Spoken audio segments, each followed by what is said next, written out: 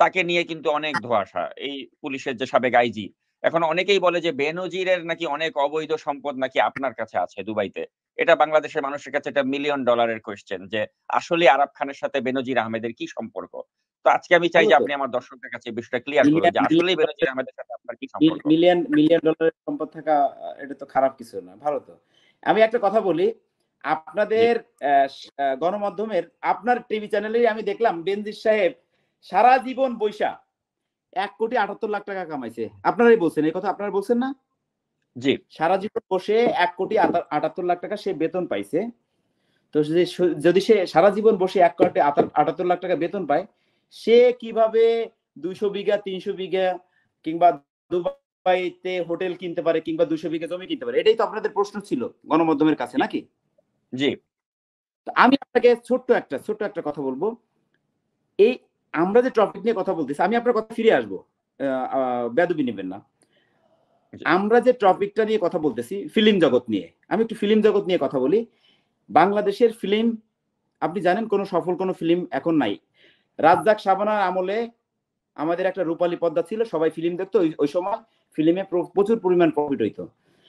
আমাদের দেশে অনন্ত জলিলের মতো মানুষ ফিল্ম বানায় 20-30 কোটি টাকা খরচ করে। আসলেই কি 20-30 কোটি টাকা দিয়ে ফিল্ম বানায়? আমাদের দেশে আপনি দেখবেন রাষ্ট্রপতির ছেলে, উনি একজন বিখ্যাত প্রযোজক। এই যে এটা আপনারা চ্যানেলে বলেন কিনা যে উনি একজন বিখ্যাত প্রযোজক? এটা আপনারা বলেন কিনা? জানেন কিনা? আপনি কি জানেন রাষ্ট্রপতির না ছেলে আমি একজন তাকে প্রযোজক? জানি যতটুকু আমি তাকে নিয়ে অনেকগুলো ভিডিও নাগরিক টিভিতে করেছি। আমি বিষয়টা অন্যভাবে দেখি যে তিনি রাষ্ট্রপতির ছেলে। তার বাবা রাষ্ট্রপতি হওয়ার আগে তিনি নাটক প্রোডিউস করতেন বা ছোটখাটো সিনেমা প্রোডিউস করতেন। কিন্তু হ্যাঁ, এখন ছোটখাটো তার সিনেমা বাবা করতেন। রাষ্ট্রপতি হওয়ার পরে এই তিনি এই এই কোটি টাকার জায়গায় আসেন, প্রিয়তমা প্রোডিউস করেন। এইখানে জায়গায় আসেন। আমি আপনাদের চোখটা আরো খুলে দিই, কারণ এখানে আপনারা তো সাহস পান না, সবাই এই সাহসটা পায় না। একটা পুলিশ প্রধান যদি সারা জীবন বসে 1,78,00,000 টাকা বেতন পায়, তাহলে তার বাবা কি ছিলেন? রাষ্ট্রপতি কি ছিলেন? আপনার কাছে প্রশ্ন করছি, উনি কিসে চাকরি করতেন? সরকারি চাকরি করতেন। আমিও মনে করলাম উনি পুলিশ প্রধান ছিলেন না, উনিও একটা সাইডে একটা মানে দুদকে কিংবা কোনো একটা জায়গায় ছিলেন। উনিও 1,78,00,000 টাকা সারা জীবন বসে কামাইছে। হ্যাঁ, তাহলে তার জি, ছেলে কিভাবে 10 কোটি টাকা দিয়ে ফিল্ম বানায়? আমাকে বলেন। তার জি। খোঁজ তো আপনারা নিতে পারবেন না। তার খোঁজ আপনারা কেন নিচ্ছেন না? আপনারা যারা সাংবাদিক ভাইরা আছেন, একজন সেও না তো, অন্য কারণ কেউ কি নিয়েছে একটা কিনা মানুষ আমি জানি না। আমি সে নিয়েছি তো এবং শোনেন, আরশাদ শোনেন। আদনানের অনেক সে দুর্নীতি আমি সেই এক্সপোজ করেছি। রাষ্ট্রপতি এখনো রিটায়ার্ড করে নাই বিধায় আপনাদের কোন সাংবাদিকের সাহস নাই যে রাষ্ট্রপতির ছেলেকে নিয়ে আপনারা কথা বলবেন। এটা না, আপনাদের না সাহস আমি নাই। বলেছি কারণ আমি দেখেন, ৩ টা ভিডিও বানিয়েছি আরশাদ আদনানের বিরুদ্ধে এবং আরশাদ না, আদনানের না, যত দুর্নীতি আমি প্রকাশ বানাইছেন ঠিক করেছি। আছে। এটা আপনি ভাই আপনার সাথে আসার কারণটা কি? সবার সাথে তো আরাফ খান যায় না। আরাফ খানকে প্রত্যেকটা চ্যানেল ফোন করে লাইভে যাওয়ার জন্য। আমি কারোর সাথে আমাকে আপনারা এমন ভাবে তৈরি করছেন, আমি নিজেই একটা চ্যানেল এখন। তো যাই হোক, আপনি একটা জিনিস দেখেন, তারা বুর্জ খলিফার মতো জায়গায় তারা প্রোমো দিতে চায়, যেখানে একটা ছবি টানাইতে 2-3 কোটি টাকা লাগে। কোথায় এই টাকাগুলো? তার বাপ সারা জীবন বসে 1,78,00,000 টাকা কামাইছে, ঠিক আছে, রাষ্ট্রপতি সাহেব। তার ছেলে কিভাবে কোটি কোটি টাকা দিয়ে ফিল্ম বানায় আমাকে বলেন। সেইগুলোর তো খোঁজ কেউ নেয় না। দুদক কোথায় এখন? দুদক কোথায়? না, এনবিআর কোথায়? এফএসআই কোথায়? রাষ্ট্রপতি নিজেই তো যখন দুদকে চাকরি করতেন, তিনি তো ঘুষ ছাড়া কাজ করতেন না। তো ওই ঘুষখোর লোকটাই তো আজকে রাষ্ট্রপতির পদে বসে গেছেন। এখন তার ছেলে প্রিয়তমা ছবি বানাতে ৩ কোটি টাকা খরচ করে। তো এই ৩ কোটি টাকা তিনি কোথা থেকে পেলেন? তার বাবা রাষ্ট্রপতি হওয়ার আগে তো তিনি ১ কোটি টাকা বাজেটেও তো ছবি বানাতে পারতেন না। আপনি এখন দেখেন বাবা তুফান রাষ্ট্রপতি হওয়ার তুফান পরে ৩ তুফান কোটি টাকার ফিল্মের ছবি করে। তুফান যে ফিল্মের, আমি এটা শুনতেছি, এটার অ্যাডভার্টাইজমেন্ট নেই নাকি 5 কোটি টাকা খরচ করছে। কোথায় এই টাকাগুলো কোথা থেকে আসে? আপনারা যে কথা বলেন, আমি এটা বলবো যে আমাদের গোড়ায় গন্ডগোল। আমাদের দেশে আমাদের দেশে আপনি বললেন পুলিশ প্রধান নিয়ে কথা বললেন। একজন পুলিশ প্রধান নিয়ে আমাকে বললেন আমার সাথে জড়িত।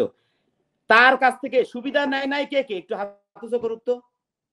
সুবিধা নেয় নাই কে কে? আমার কথা হচ্ছে কি, সে ঘুষ খাইছে ধরেন।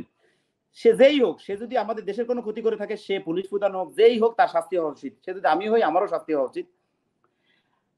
আমার কথা হচ্ছে পুলিশ প্রধান যদি ঘুষ খেয়ে থাকে, সে তো একা খায় নাই।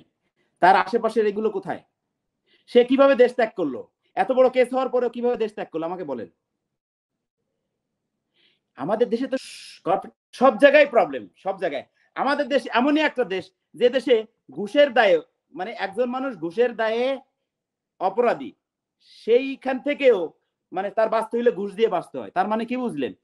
ঘুষের দায়ে তার নামে মামলা হয়েছে, সে অপরাধী, আর সেখান থেকে বাঁচার জন্য ঘুষ দিয়ে সে বাঁচছে। তা আমাদের দেশ হচ্ছে এইটা, বুঝতে পারছেন? তো আপনি যে বেনজি সাহেবের কথা বললেন, যে একটা পুলিশ প্রধানের কথা বললেন যে তার টাকা আমার কাছে, তার অনেক সম্পদ, অঢল সম্পদ আমার কাছে। তো আমি তো এই যে আপনারা কথায় কথায় খবরে বলেন পলাতক আরাফ খান, পলাতক আরাফ খান, আমি তো জীবনেও কোনোদিন, আমি সবসময় পদ্মায় রয়েছি, সবসময় আপনাদের যাতে সামনে রয়েছি। কখনো তো আমি লুকাই থাকি নাই, কখনো তো পলায় থাকি নাই। আমার বিরুদ্ধে দুদক, তারপর এনবিআর ওরা তদন্ত করছে, তদন্ত করে 1 টাকা আমি বাংলাদেশ থেকে নিয়ে আসছি। এই পর্যন্ত আপনি শুনছেন যে বাংলাদেশ থেকে 1 টাকা আরাফ খান নিয়ে আসছে, কিংবা আরাফ খানের নামে 1 টাকার মানে কোনো ব্যাংকের লোন আছে? আর 100 কোটি 200 কোটি, 1 কোটি টাকা এক বস্তা হয়, 100 কোটি টাকা তো মাথায় করে আনা যাবে না, তাই না? এটা তো ব্যাংক থেকে লোন আনতে হবে, নাইলে হচ্ছে আমার কোনোভাবে চাঁদাবাজি করতে হবে, ঘুষ খেতে হবে, এরকম ভাবে টাকা কামাইতে হবে। কারণ আমি তো 6-7 বছর বাংলাদেশেই না।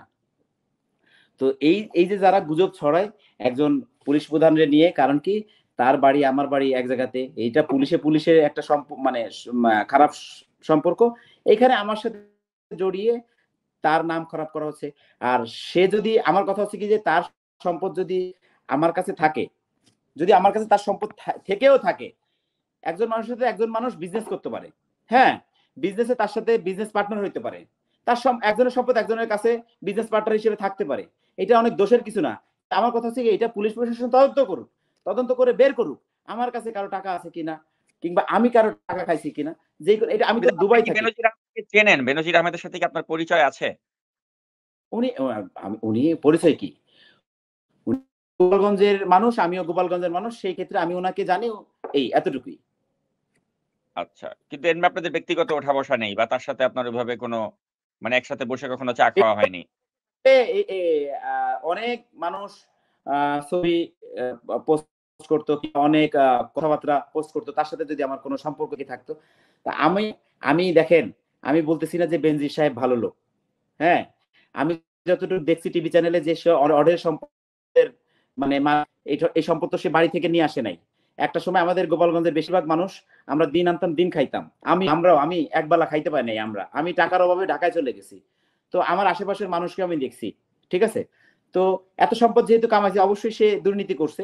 দুর্নীতি করলে তার শাস্তি হোক। কিন্তু আমার কথা হচ্ছে কি, এই দুর্নীতির সাথে আরো রাঘববোয়াল যারা আছে, বড়, বড় রাঘববোয়াল যারা আছে, তাদেরকেও টেনে বের করা হোক।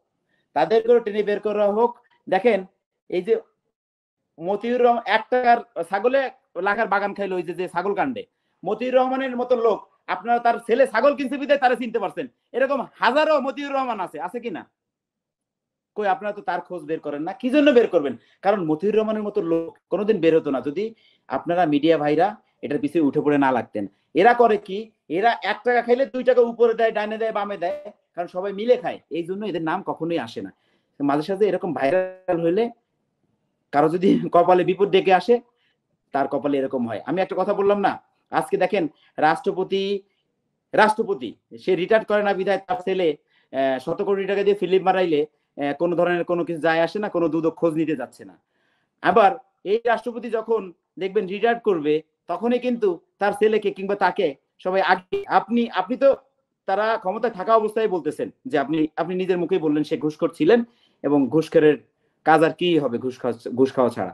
তো আপনারা আপনারা যারা মিডিয়া কর্মী আছেন, যারা পুলিশ প্রশাসন আছেন, যারা উচ্চ উচ্চ পদে কর্মকর্তা আছেন, আপনারা এগুলো কেন খোঁজ করেন না? যে একটা ফিল্ম বানাচ্ছে 10 কোটি টাকা 20 কোটি টাকা দিয়ে, এই কথা বলে বিদেশে টাকা পাচার করতেছে, আর এই টাকাগুলো কাদের? এই টাকা তো আমাদের সাধারণ জনগণের এবং প্রবাসীদের। প্রবাসীরা যদি রেমিটেন্স না পাঠাইতো, আজকে বাংলাদেশ শ্রীলঙ্কার মতন মানে হয়ে যেত। আজকে প্রবাসীরা রেমিটেন্স পাঠায়, আজকে প্রবাসীদের জন্য আজকে আমাদের দেশটা এখনো ভালো পর্যায়ে টিকে আছে। আমাদের দেখেন, আপনারা এক একটা কাণ্ড তুলে নিয়ে মানে শুরু করেন, কি ছাগল কাণ্ড, আসেল ভাইপার কাণ্ড, মাঝখান থেকে আমাদের দেশ বিক্রি হয়ে যাচ্ছে আরেকটা দেশের কাছে। হ্যাঁ, কোনোদিন দেখছেন একটা দেশের মাঝখান থেকে আরেকটা দেশের, আমাদের এটা দেশ কি সেনজেন দেশ? আমাদের দেশের সাথে কি কোনো দেশের সাথে কোনো সম্পৃক্ত আছে? আমাদের দেশে অন্য কোনো দেশের টাকা চলে বলেন? আমাদের দেশে তো টাকা কনভার্ট করে তারপরে কেনাকাটা করতে হয় নাকি? তাহলে অন্য দেশের ট্রেন আমাদের দেশে কিভাবে ঢুকতে পারে বলেন? আপনারা কিভাবে একটা ইস্যু ভাইরাল করে মানে সাংবাদিক ভাইরা যারা কিভাবে একটা ইস্যু ভাইরাল করে বড় বড় জিনিস ধামাচাপা দেওয়া যায়, এটাই হচ্ছে চেষ্টা করে। এটা হচ্ছে আমাদের বাংলাদেশের, আমি বললাম না যে 95% সাংবাদিক তারাই এই কাজটা করে। 5% সাংবাদিক, আপনাদের মতন সাংবাদিক আছে বিধায় কিন্তু এখনো দেশ আছে। কারণ কি দেখেন, একটা দেশের একটা দেশের বড় জায়গা সাংবাদিকরা হ্যান্ডেল করে, বড় জায়গা। কারণ কি একটা দেশের ভাবমূর্তি তুলে ধরে সাংবাদিকরা। একটা দেশকে নামাইতে পারে সাংবাদিক, একটা দেশকে উঠাইতে পারে সাংবাদিক। এরা কারা? এরা ভালো সাংবাদিকরা। আর খারাপ সাংবাদিক কি করবে? ওরা 2 টাকার ভিডিও, 2 টাকায় মানে ভিডিও বিক্রি করবে। দেখবেন জাহেদ খানের মতন একটা লোক, যে হচ্ছে আমাদের দ্বিতীয় হিরো আলম, তার একটা ডিগবাজি দিচ্ছে, সেটার জন্য 100 ঘুম নিয়ে দাঁড়ায় মানুষ। সে হিরো আলমের চরিত্রটা ধরে রাখছে। হিরো আলম মন মানসিকতা অনেক ভালো। সে তার চেহারা যেভাবেই ছিল না কেন, সে কিন্তু হিরো হিসেবেই ইয়া করছে। কিন্তু দেখেন আপনারা সাংবাদিকরা, চোর সিদ্দিক, পরে লাইলা মামুন, প্রিন্স মামুন নাকি, তারপরে হচ্ছে কয় বছরের মহিলা, কয় বছরের পুরুষে বিয়ে করলো, এদের সামনে 100টা বোম নিয়ে আপনারা দাঁড়ান।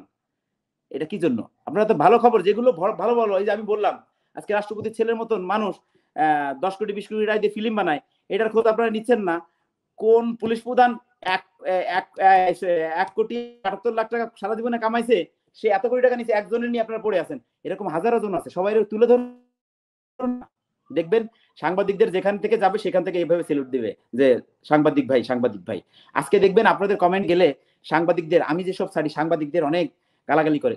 এটা কিন্তু আপনারা নিবেন না, কারণ এটা ভালো সাংবাদিকদের কখনোই কিন্তু কেউ গালাগালি করে না। ভালো সাংবাদিকদের কখনোই কোনো গালাগালি করে না। গালাগালি করে কিন্তু যারা খারাপ সাংবাদিক, যারা আপনাদের নাম খারাপ করতেছে ভাইজান। জি। আর আপনি বলছিলেন যে ছাগলকান্ডের আলোচিত যে মতিউর, এই মতিউরের প্রসঙ্গে আমি জানি আপনার কাছে কিছু তথ্য আছে যে দুবাইতে এই মতিউরের অবৈধ সম্পদ বা কি, সেটা নিয়ে যদি আমাদের তার শালাকে আমি চিনি, তার শালাকেই চিনি। তাদের এখানে সুপার মার্কেট আছে, তাদের এখানে হোটেল বিজনেস আছে।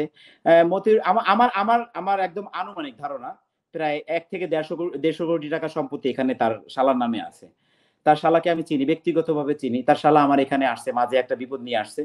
তো এইখানে দেখেন একজন মতিউর রহমানের মতন একজন লোক, সে বেতন পায় হচ্ছে 80,000 টাকা, 80 থেকে 90,000 টাকার বেতন পায়। সে দুবাইয়ের মতো জায়গায় 1 থেকে 150 কোটি টাকা ইনভেস্ট করে।